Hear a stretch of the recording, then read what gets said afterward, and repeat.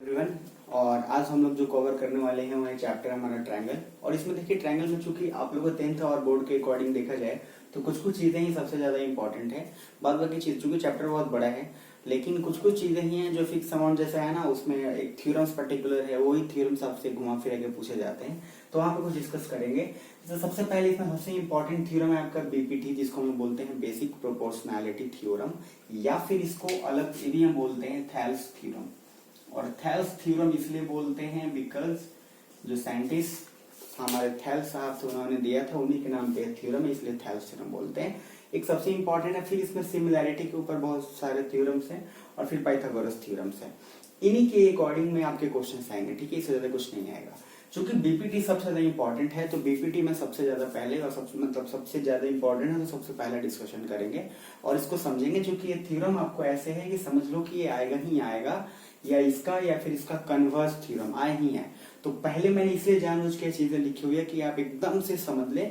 आपको इसका डायग्राम देखने में लगेगा थोड़ा सा कॉम्प्लेक्स लगेगा, आपको लगेगा पता नहीं कैसे है, बुक में भी एग्जांपल देखेंगे, थ्योरम देखेंगे तो अजीब सा लगेगा, इसलिए मैंने जानबूझ के किया है। इसमें कुछ कुछ चीजें बस याद रखना जो मैं यहाँ पे आपको हिंट और ट्रिक बताने वाला हूँ, बहुत ईजी बना देगा आपको इस थ्योरम को, ठीक है।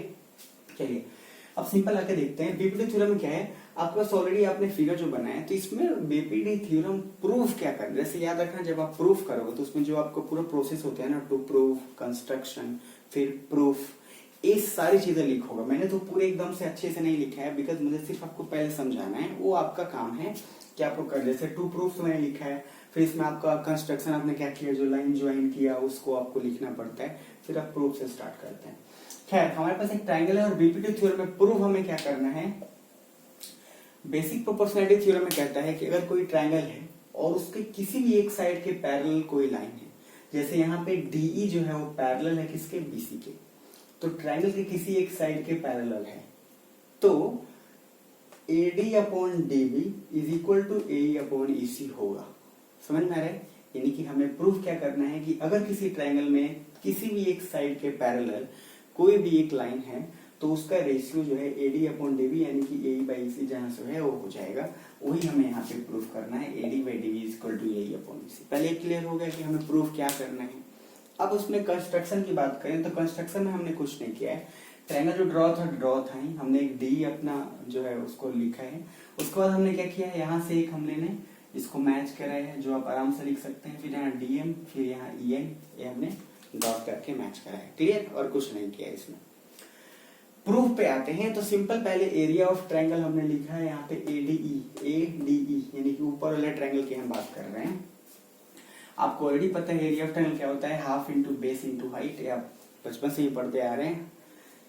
तो इस ट्रायंगल में ADE में आपको हाफ इंटू बेस आपने क्या लिखा है, देखिए AD, हमने अभी इसमें बेस क्या लिया है, AD। अगर हमने बेस AD लिया है तो हाइट हमारे हिसाब से कौन, ये वाला होना चाहिए, यानी कि EM, तो हमारा हाइट क्या है, EM, ठीक है। उसी तरीके से सिमिलरली आपको एरिया ऑफ ट्रायंगल BDE लेना है, यानी कि अब BDE यानी कि ये वाला ट्रायंगल, अब BDE आपने लिया तो हाफ इंटू बेस इसमें क्या लिया गया है, BD या DB, आप जो भी कह लीजिए, ये वाला बेस है। तो इसके ऊपर जो हाइट आपका होने वाला है वो क्या आने वाला है, EN, क्योंकि उसी तरह से फिर से दिख रहा है, ये क्या होगा आपका EN, सेम बेस पे। और ये क्यों हो रहा है, इसको शॉर्टकट समझने का तरीका बताऊंगा। अब आपने क्या किया, दोनों ट्रायंगल के रेशियो को डिवाइड कर दिया, यानी कि ADE, area of triangle ADE by area of triangle BDE, तो हाफ इंटू जैसे जो आया उसको डिवाइड किया, half of cancer, EN cancel, क्या बच गया, AD अपॉन DB।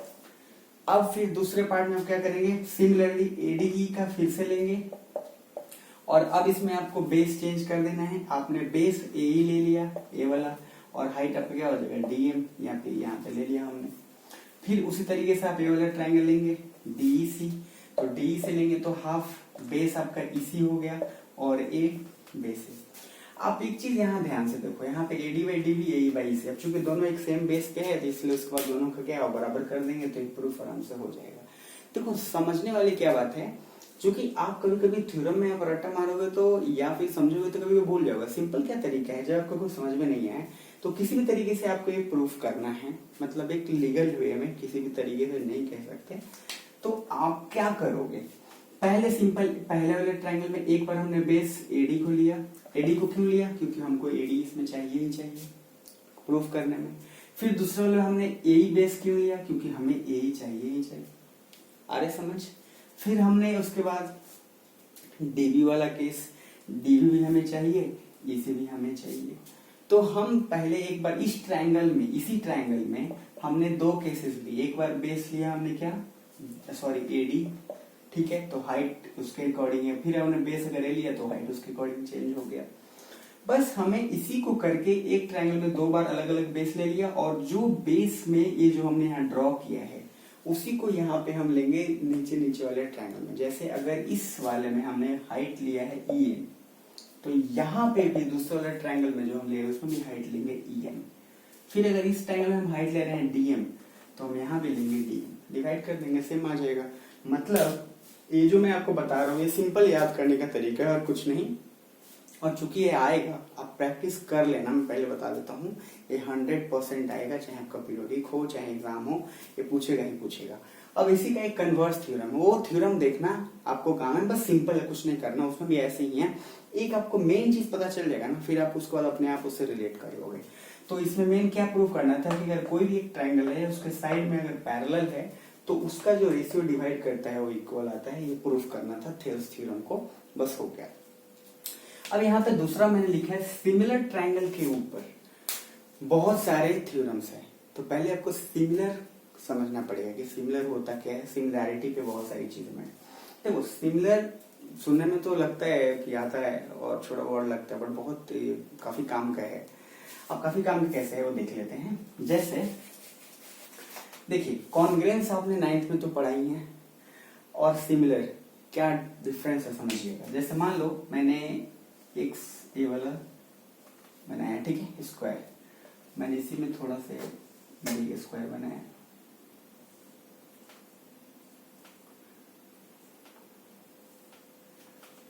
मान लो दोनों में एक जैसा है। सिमिलर का मीनिंग सिंपल होता है कि शेप जो है वो सेम होना चाहिए, साइज कैन बी डिफरेंट। मतलब शेप क्या है, सेम होना चाहिए, और साइज क्या है, डिफरेंट होना चाहिए। आप यहाँ देख रहे हो ये भी स्क्वायर है, ये भी स्क्वायर है, तो शेप दोनों का सेम है, साइज क्या है, डिफरेंट है। अगर इस केस में ऐसा होता है तभी वो सिमिलर हम उसको बोलेंगे। उसी तरीके से आप सर्कल की बात समझो, एक ऐसा सर्कल है, दूसरा एक बड़ा सर्कल है, ये भी क्या है, सिमिलर है। लेकिन अगर मैं बात करूं क्या ये वाला और ये वाला सिमिलर है, तो ऑब्वियसली नहीं है। समझ में आ रहा है, वो सिमिलर नहीं है।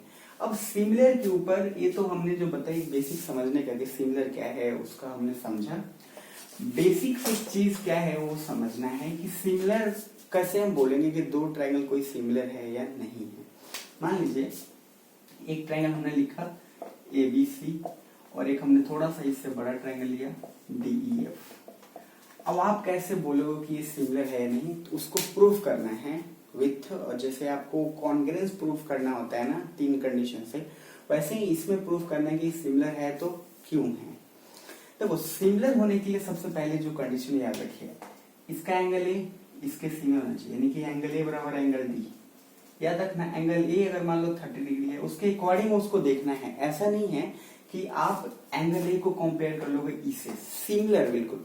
तो एंगल ए बराबर एंगल डी होना चाहिए, एंगल बी बराबर किसको होना चाहिए, एंगल ई के बराबर, एंड एंगल सी बराबर होना चाहिए एंगल एफ।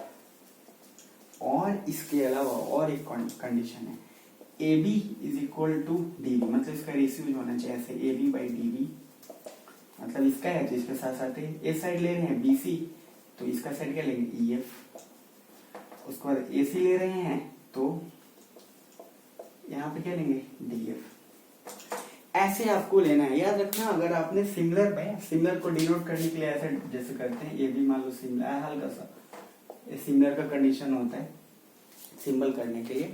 अगर आप बोल रहे हो कि ट्रायंगल ABC सिमिलर इसके है, उसमें भी ये चीज ख्याल रखना कि आपने अगर ABC लिखा है तो इसमें क्या लिखोगे, DEF लिखोगे। आप उसमें ऐसे नहीं लिखोगे कि इसमें ABC लिख दिया और उसमें लिख दिया DFE, वो गलत है।